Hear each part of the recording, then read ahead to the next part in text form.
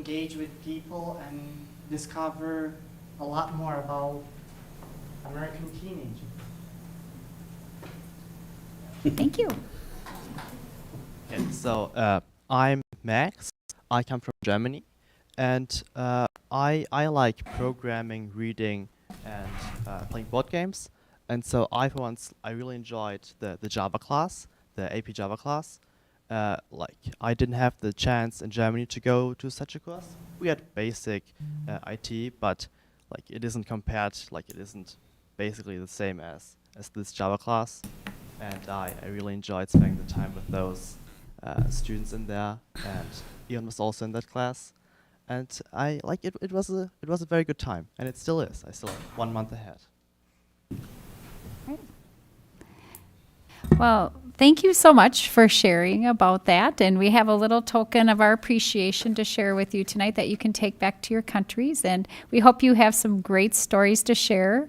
I know our students, just from many of your friends that I get to converse with, have shared that you have taught them quite a bit about your countries and how things are there. So we just really are so happy to have you here and sharing everything with us in the school district, because it definitely is a learning experience, a mutual learning experience for both of us. So thank you.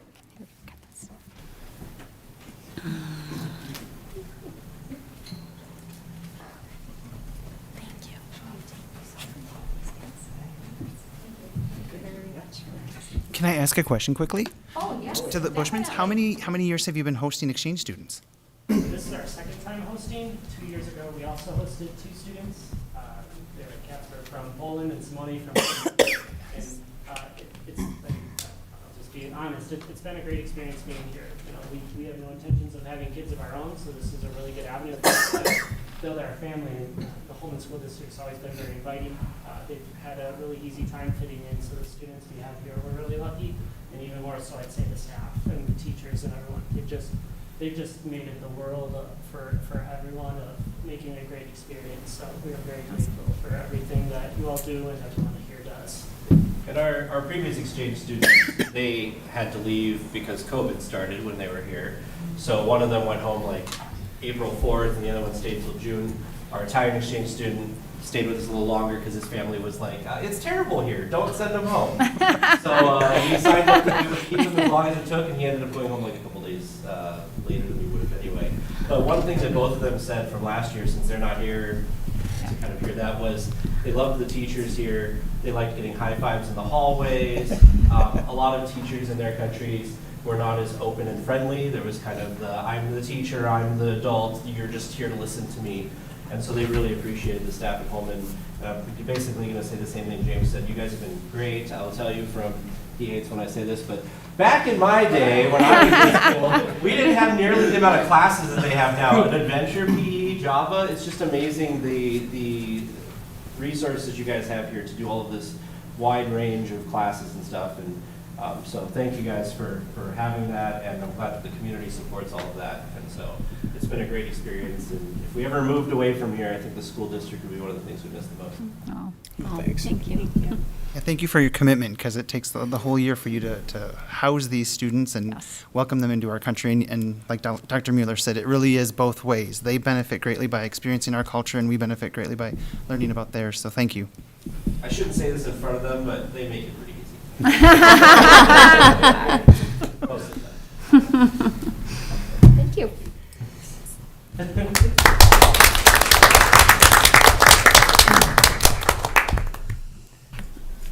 Excellent.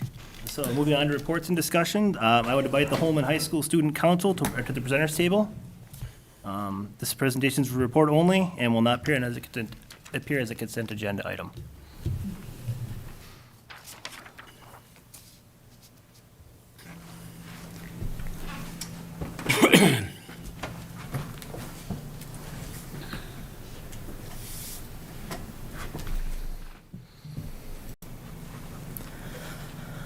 All right, hello.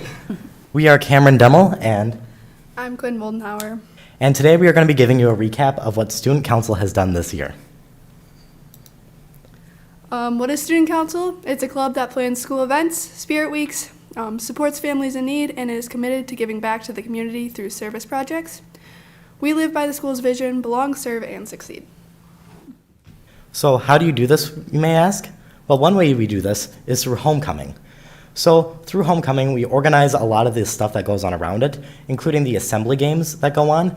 So we organized a ton of minute-to-win-it games to help rally the student body for homecoming and help everyone fit that theme of belonging. And then we also ran the homecoming parade, getting a lot of people to go in as floats and help organize everything and make sure it ran smoothly. And then we also helped with dress-up days, helping once again to help the student body come all together and just have some fun during homecoming week.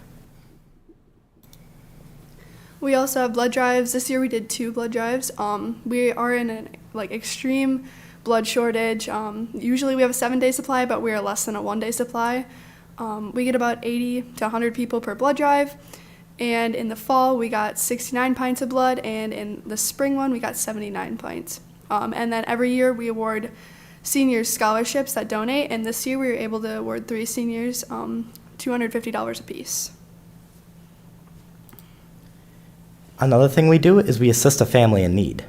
So the way we did this is that we had bought gifts for a family in need here at the local high school, and what ended up happening is, to preserve their confidentiality, we went out, we bought gifts, we wrapped them for them, and then we presented them to student services who delivered it to the family, helping them belong and helping us serve our community.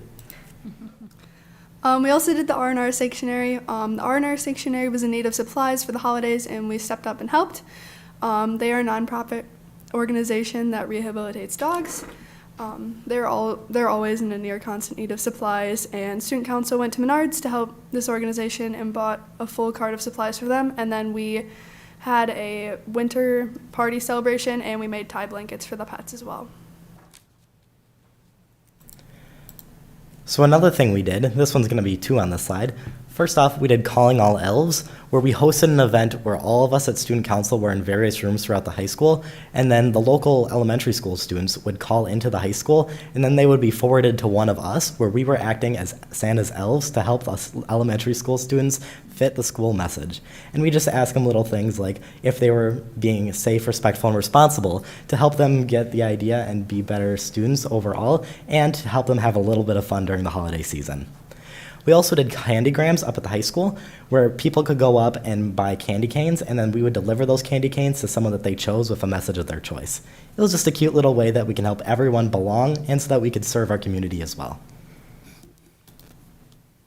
We also did volunteering, community service for the Salvation Army Soup Kitchen. A lot of us throughout the group, we had 3 separate days, I believe, and we went on a Saturday. And we helped for, I think it was 3 or 4 hours each day, and we helped serve people who needed food during the day.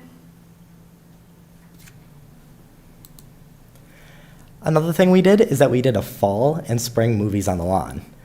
While the fall one was on the lawn, we did have to move the spring one inside due to poor weather, but we were still able to have movies hosted for our high school students so that they can all enjoy a little bit of time having fun.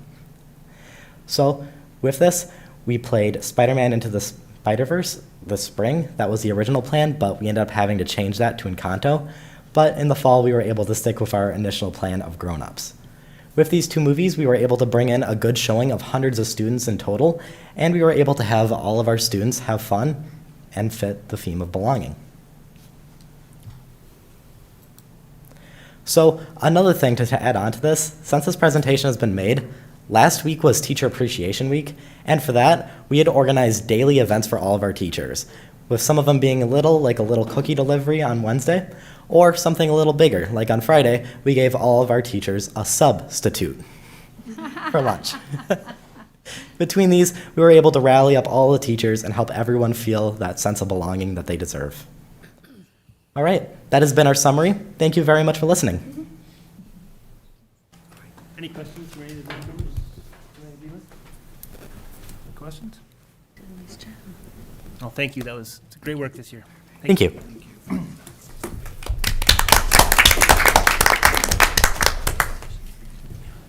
Next up, we're going to have Matt Myers, the Director of Safety and Student Services, and Melissa Cates come up from Human Resources to present on the workforce study on nursing staff. This item will appear on the May 23rd consent agenda.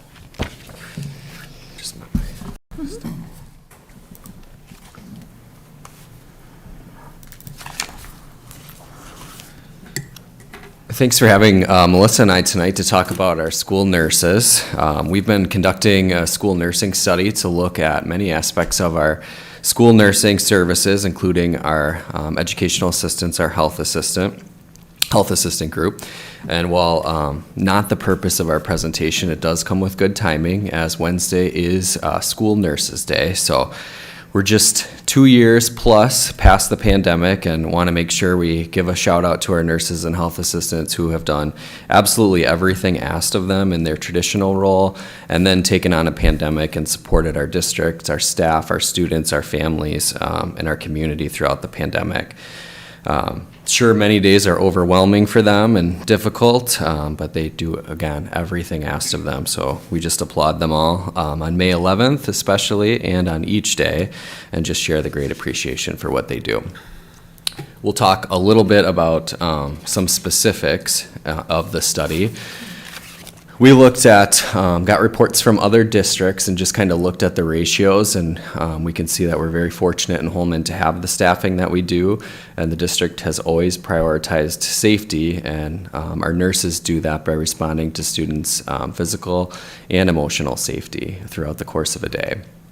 So you can see the ratios and where Holmen ranks, and then you'll also note at the bottom as we look at our current district nursing assignments, our ratios range there from on the low end 345 to 1 up at our biggest school, the high school, with a lot more students.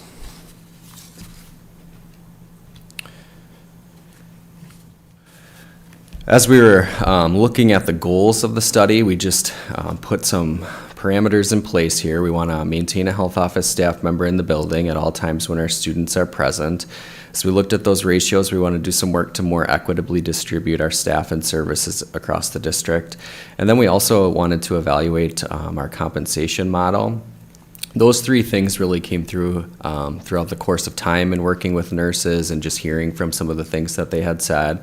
And then in having more detailed conversation, we also noted that nursing being a part of the teacher contract didn't really meet their professional needs, so we wanted to put our heads together and try to come up with a little bit different system for them.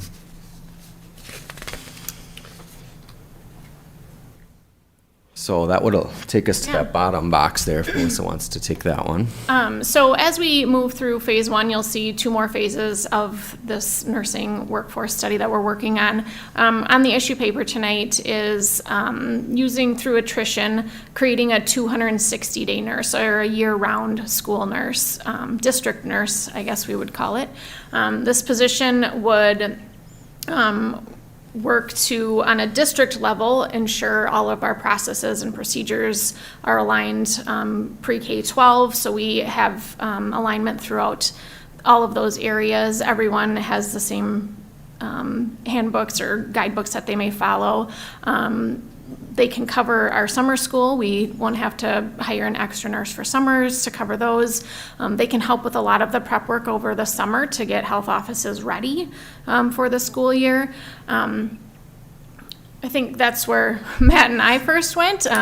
We continue to work with our school nurses to have them help us really determine what that job description is going to look like. We really want their feedback and input on that position. Because they'll be working with that person.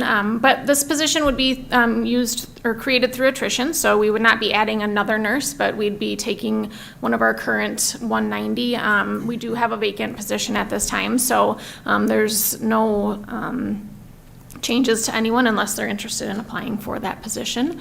But along with that, not just adding the 260 nurse, but as Matt kind of talked about before, looking at all of our nurses and really pulling them. Right now they're in part 2 of the handbook, which is teachers, and they really don't fit quite well into that group. There's lots of things that just don't work out for them. So you'll see in June, I'm coming forward with a bunch of handbook language changes that really pulls the nurses out of the teacher language and creates their own section for them. Their benefits would all stay the same. You'll see coming up that next year, phase 2 is going to be really looking at the compensation and studying what is an appropriate compensation level for our nurses. Right now, they have to fit into the teacher schedule, which again, doesn't really work for them. So really just taking a good overhaul of the nurses and where do they fit and what works best for them as an employee in the school district. So you'll continue to see us coming forward with changes with their handbook language, contract, those types of things going forward.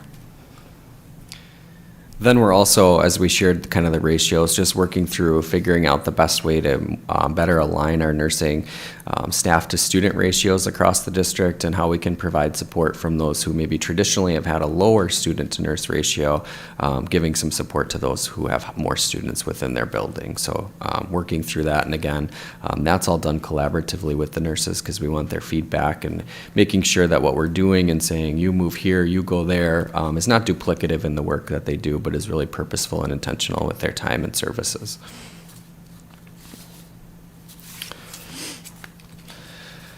As we move forward, we want to work towards, again, studying our compensation models for our health office, so really looking at phase 2 and doing some of that work over the course of next school year, continuing to study the roles and responsibilities for our health office staff. We've talked a lot about nurses. We also have phenomenal health assistants that work in our offices, so we want to make sure that we're compensating them appropriately and in line with our neighboring districts. And then still, as an ongoing work, will be getting those staff to student ratios across the district as equitable as possible. Then finally, when we're all finished with this, we feel like we'll be able to implement an approved compensation model and then implement any additional needed staffing realignments based on the student to health office staff ratios and overall workloads. There's many things that our school nurses do that aren't reflected in a staff to student ratio, or they maybe are taking on an additional responsibility that we just want to make sure we have documented and developed into a comprehensive nursing services model. I think that's our last slide, so any questions? I do have one question. Is there a recommended school average for staff to student for nursing?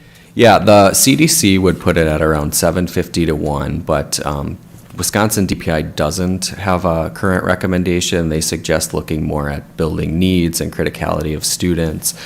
So it kind of really does depend on your student population before assigning a fixed number to that. And that, I believe, is based on either the NASN or WASN School Nurse Association recommendation of not having a ratio. Anything else? All right, thanks, Matt. Thank you.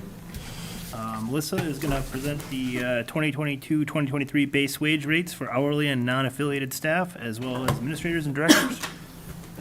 This is an item that will appear on the May 23rd consent agenda. All right. Okay, so again, as Mr. Lau stated, we'll be talking tonight just about hourly staff, our non-affiliated staff, and administrators and directors. We're not done negotiating with teachers, so that will come at a later time. But wanted to get these through so payroll can start doing their work before a July 1 implementation date. So timeline of events, here's what we've done so far. Back in March, we met with the board in closed session and really went through in detail everything that you'll see being presented tonight. At that same board meeting, when we met in closed session, we had consensus to move forward with the recommendation. March 30th, Dr. Mueller and I shared the recommendation with the employee relations team at that quarterly meeting that we have with them.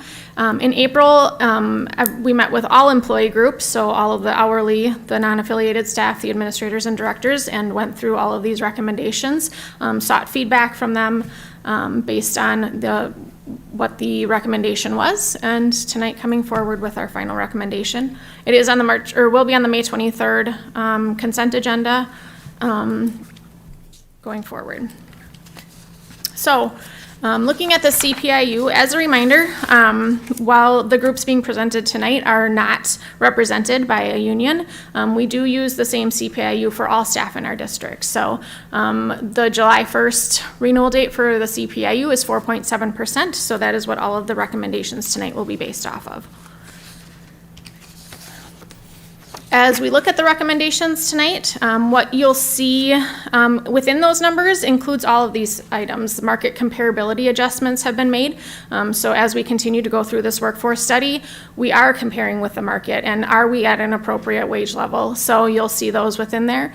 Longevity is honored for all of our staff. So if they're moving into a new pay rate based on their years of service in the district, you'll see that in there as well. And then the remaining balance is distributed across the group. For our hourly, so this includes like all of our educational assistants, drivers, custodians, majority of our IT staff, administrative assistants, all of those staff are in this recommendation. We're looking at an increase of 86 cents per hour for all of the staff. The longevity increases are just a little over $10,000. The comparability increase, just over $7,000, putting us at a total base wage increase for next year, 22-23, at $313,355 for all of our hourly staff. The non-affiliated, so this includes 3 positions in our district. These are salaried positions, but they're not supervisory positions, so they can't fall under administrator and director.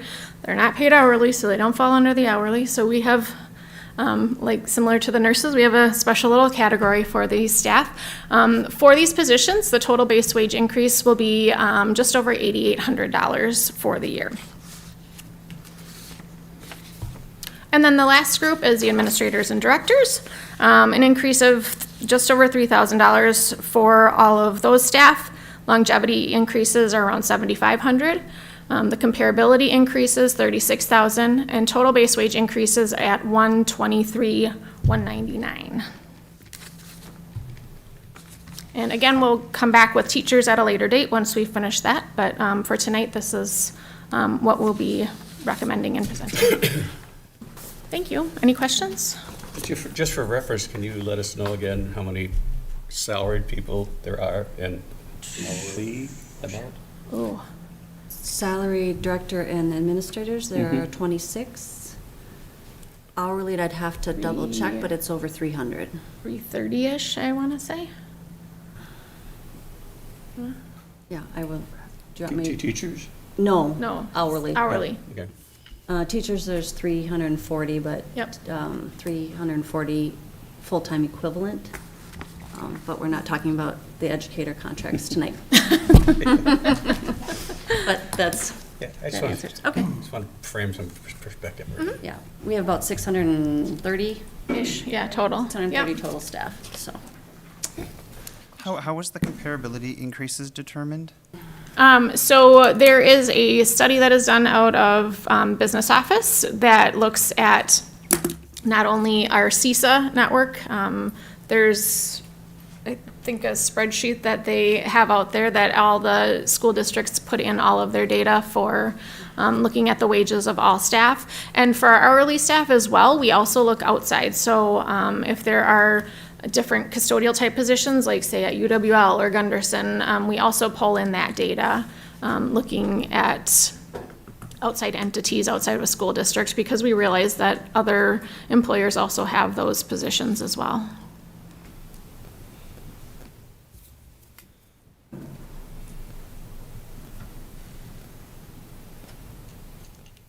Anything else for anything? No, I'm good. Thank you.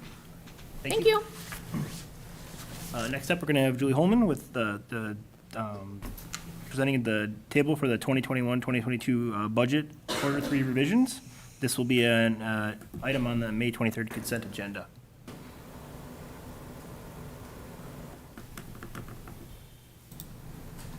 Good evening. So tonight I'll be presenting on the third quarter budget revisions. So the school district's fiscal year is July 1 to June 30th. So this information is as of March 31st in our accounting in Skyward. So it is estimates as of March 31st and changes that have been made since the board adopted the budget last October. The budget revisions do reflect the third quarter projections of revenue by source and expenditures by function. These changes and adjustments, to the best of our ability, also include the January 1 base or increases to wages that were approved by the board for January 1 through June 30.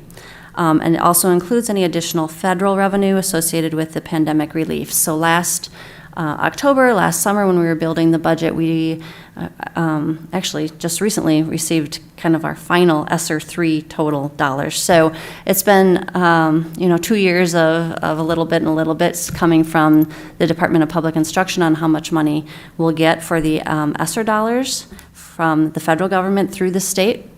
Those are all reimbursable awards, and the final expiration is fiscal year 24, so 23-24 school year. So we still do have some time to spend that down, but it is changing, and so what we knew last fall is already different today, so we've tried to include in the third quarter revisions additional dollars that have been approved for spending yet this year. The general fund revised budget has a planned deficit of $152,000. This means the general fund expenditures exceed the estimated revenue for 21-22. The previous estimated deficit last October was $800,000.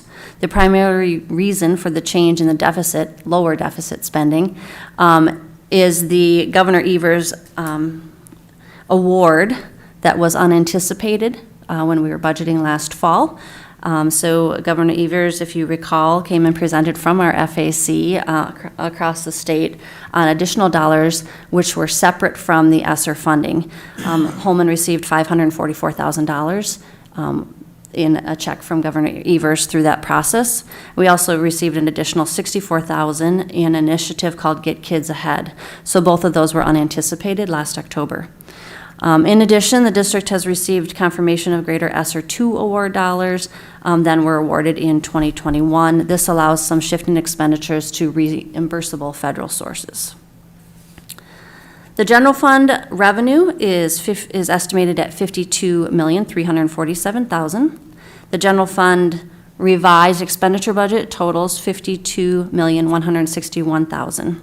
The projection on the screen I will get to in more detail as soon as I'm done highlighting things in the issue paper, so you don't need to necessarily follow along on the screen at this moment.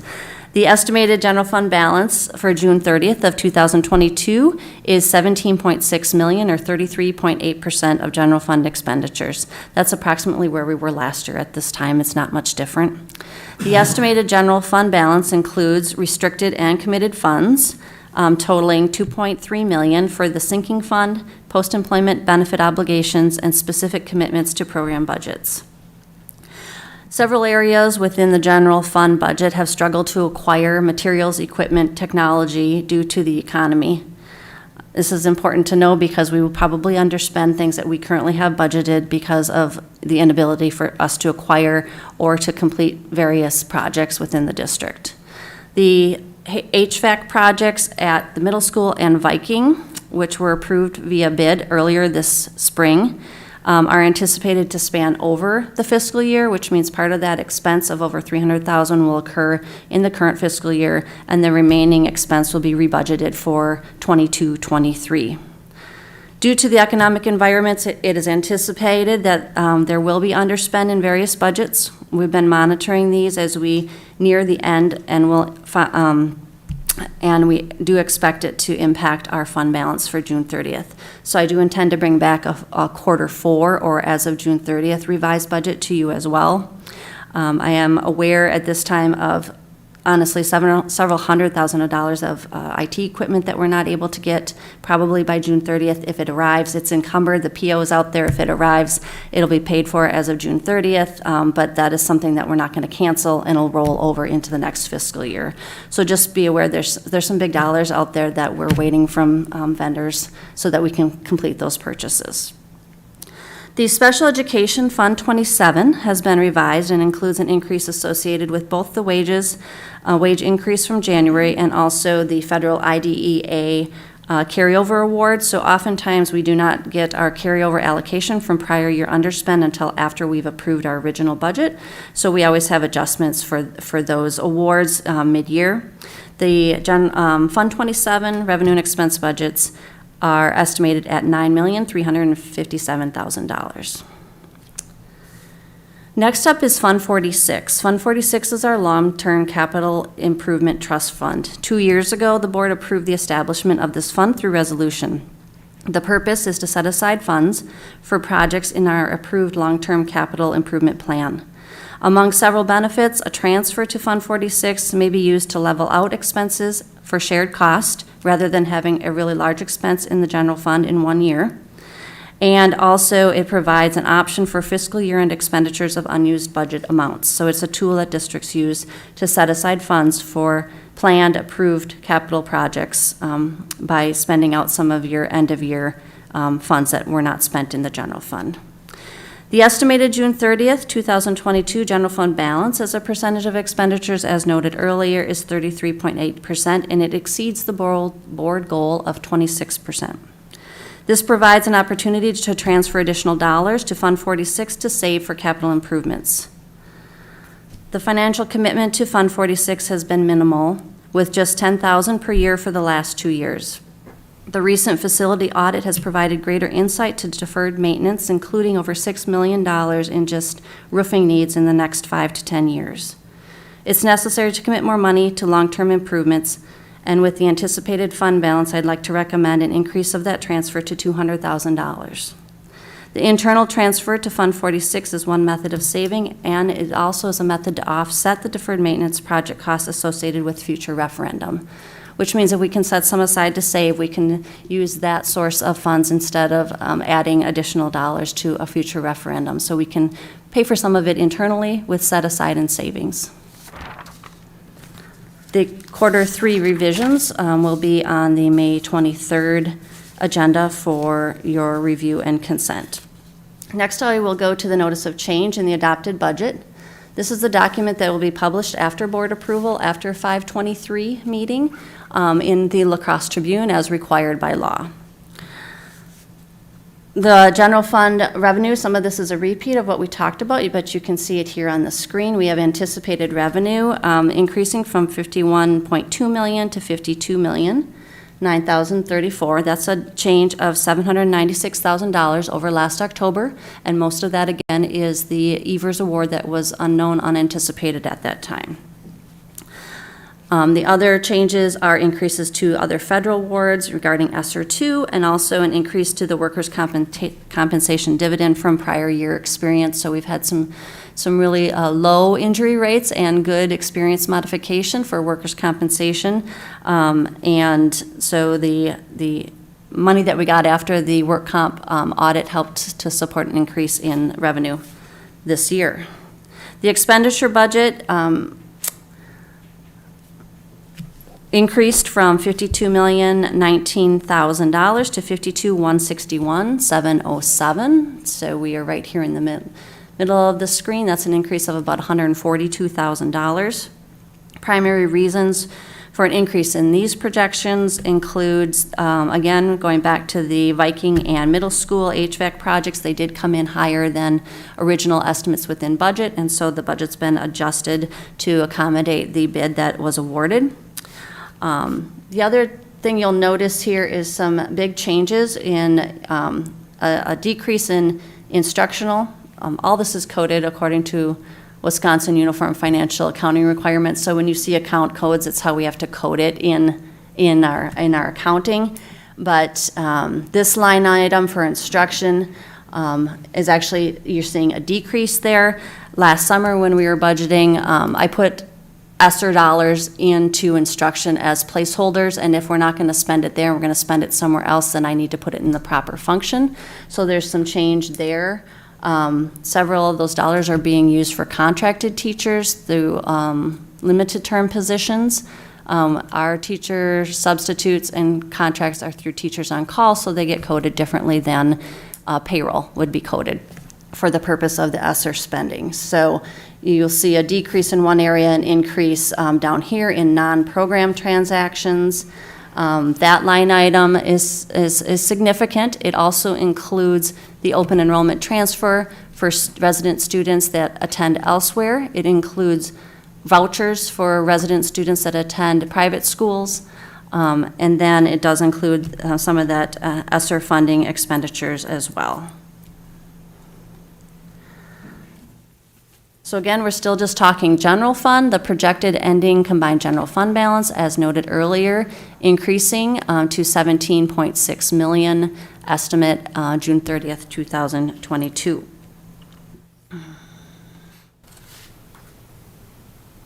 Next are the line items that changed within Fund 27, Special Education Fund. The total change on both revenue and expense is $190,556.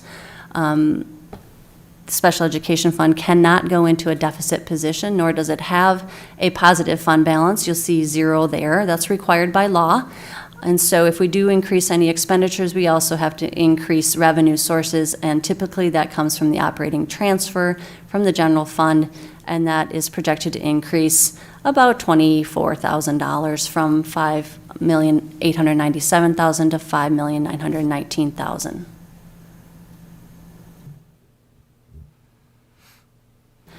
Next up is the debt service fund.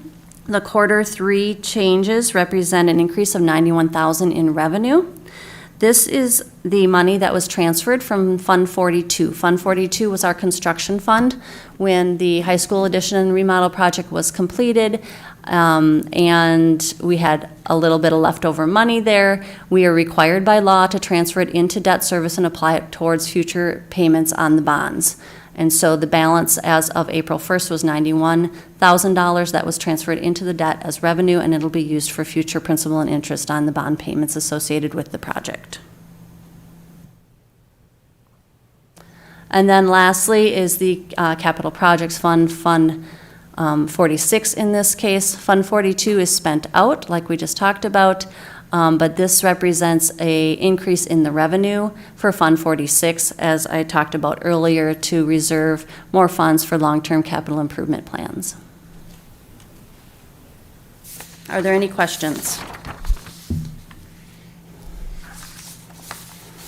I do have one question in terms of Fund 46, that if we're putting $200,000 in there and we have 17 million in reserves, is there any benefit in increasing that amount if we have that extra in reserve? Brian, my concern would be the cost of wage increases for 22-23 and maybe unanticipated wage increases. So I know that they presented last meeting regarding the resolution and the dollars associated with the resolution for educator wage increases based on the board consent. So I was being maybe more conservative on the 200,000 than I might otherwise, and it's because of the increase in wages and those are ongoing. So it starts July 1st, but it's ongoing, so that's why. Okay, thanks. And that's a deposit you can only make once a year, correct? We can make the deposit anytime between July 1st and the following July 31st, Okay. as of that fiscal year. Yep. So we did move in the 10,000, which was the original budget approved amount, and then the recommendation is 200,000 more. I guess to Brian's point, if we were to have some more, We could change it. okay, all right. Yes, we can do the transfer up until July 31st All right. on the bank side. Yep. Any other questions for Julie? No? Thank you. Thank you. Julie? Oh, sorry, go ahead. Oh, go on. No, I'm sorry, can you pull up my item?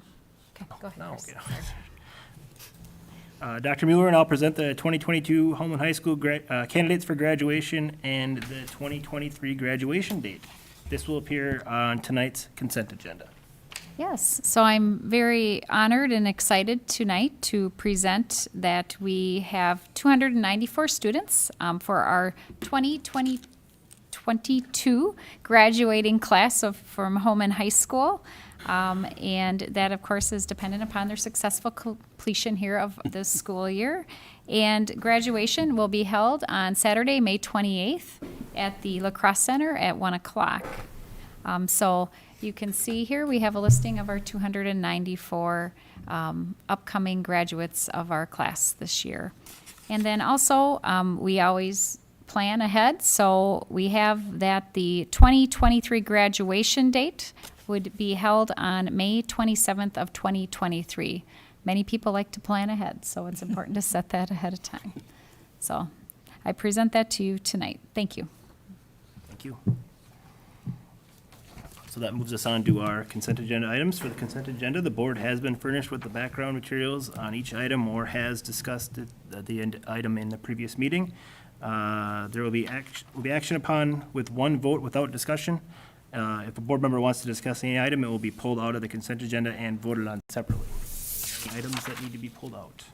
Seeing none, I would entertain a motion to approve the consent agenda as provided. So moved. Jennifer? Second. All right, second by Rebecca. Any further discussion?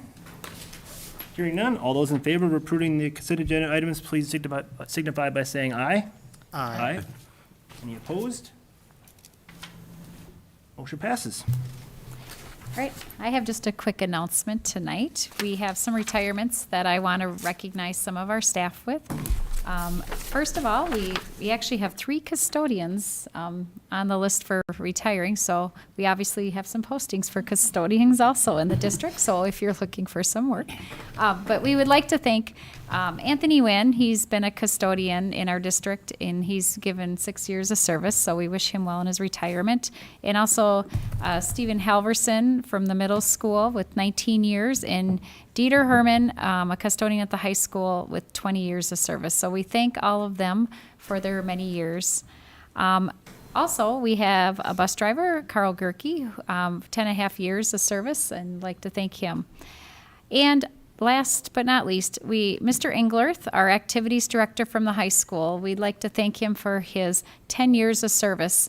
As you know, he's put a lot of time and effort into many things within the school district, and just want to thank him for all he's done in continuing to support the activities and keep activities going for our students. So thank you to Mr. Englerth. Thank you, Dr. Mueller. Then we have our board debrief. I'll call upon the board members to ask you to present any comments you may have or reports that you may have with your current committees. Gary? Nothing. All right. Rebecca? Building and Grounds met last Wednesday, and the Finance Committee was also participating. So we got a presentation again in regards to some upcoming events. So I believe next board meeting we'll have a presentation. Is that accurate? Yeah, a facilities update at the next board meeting. So that's pretty exciting. A lot of work being done. So we had that last Wednesday, and I know the 2 foreign exchange students were here, but there were also 2 more, so I think there were a total of 4. Actually, there's 5, and then one other one. Yeah. I didn't count right. That's my okay. bad. I'm That's sorry, okay. I apologize. So 5 foreign exchange students, very exciting time. So thanks for coming over to the United States and learning some things with us and sharing. And that's all I have. Thanks. Brian? We do have a CELC committee meeting coming up next Monday. In regards to the student exchange, the exchange students, it really is an amazing program to have students come here and experience what life is like in the United States. And I know there are organizations out there that are constantly looking for host families. And it is a huge commitment. And so I encourage families in the district, if you are considering hosting an exchange student, to look into some of these programs, because the benefit to our students to be exposed to all these different perspectives around the world is tremendous. The student council presentation was really nice tonight, because one of the things that we always hear about is school spirit, and what a great way to establish that within the culture and climate at HHS. And so I want to give a shout out to all the students on student council who work throughout the entire year to create that positive school spirit. And Mr. Sackett, I don't want to put you on the spot real quick, but when's the seniors' last day? Wednesday. The 25th. I will reserve my comments for the next board meeting then. Thanks. Thanks. Barb? I would just like to point out and congratulate Van Maxwell, a senior at the high school. I know it was brought up a few meetings ago. He was one of the candidates for the La Crosse Symphony Orchestra's wannabe conductor contest, and he was one of the winners. And as a result of those fundraising efforts, not only does he get to conduct, but the Holmen High School music program will be receiving over $1,200 for the department. Anything else? Alan? So I'd like to congratulate Adam Tronic and Drew Russell. They were finalists in DECA Nationals. So really good job to them. Baseball is on a 5-game winning streak from what I've heard, hopefully making it 6 games later this week. AP tests are almost done. Then we won't be in this room anymore.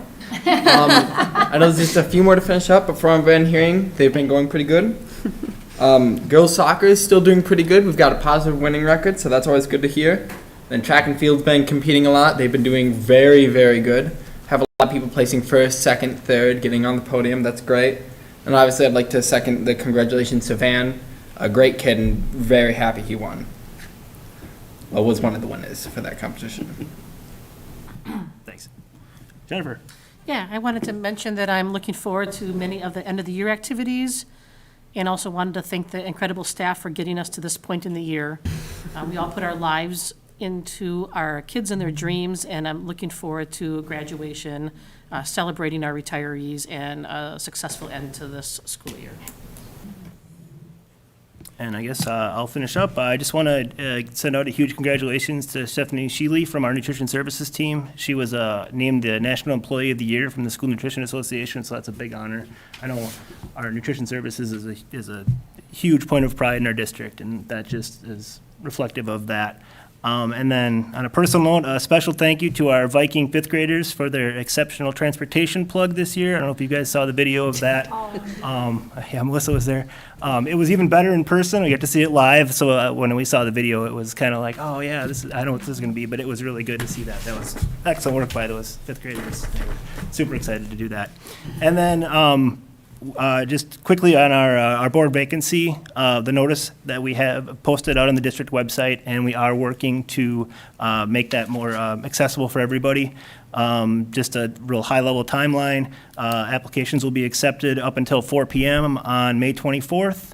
The board will be holding a special meeting at 6 p.m. on June 6th to interview candidates who apply. A new board member will be selected, and the appointment will go.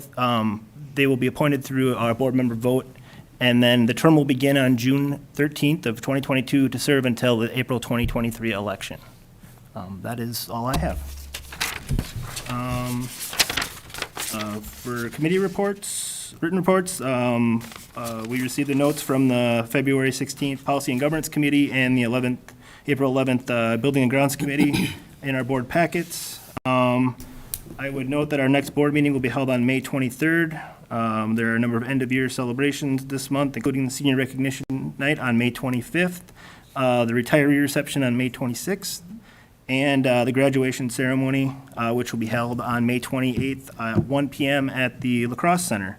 And then the last day of school for the non-seniors will be June 3rd.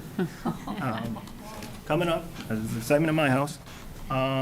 So if there's no other business to become, I would entertain a motion to adjourn this meeting. So moved. Brian? Second. Second, Jennifer, thank you. We will be adjourning at 7:51. Is there any discussion on that? Sorry. First time. Hearing none, all those in favor, please signify by saying aye. Aye. Those opposed? Motion carries. Meeting is adjourned.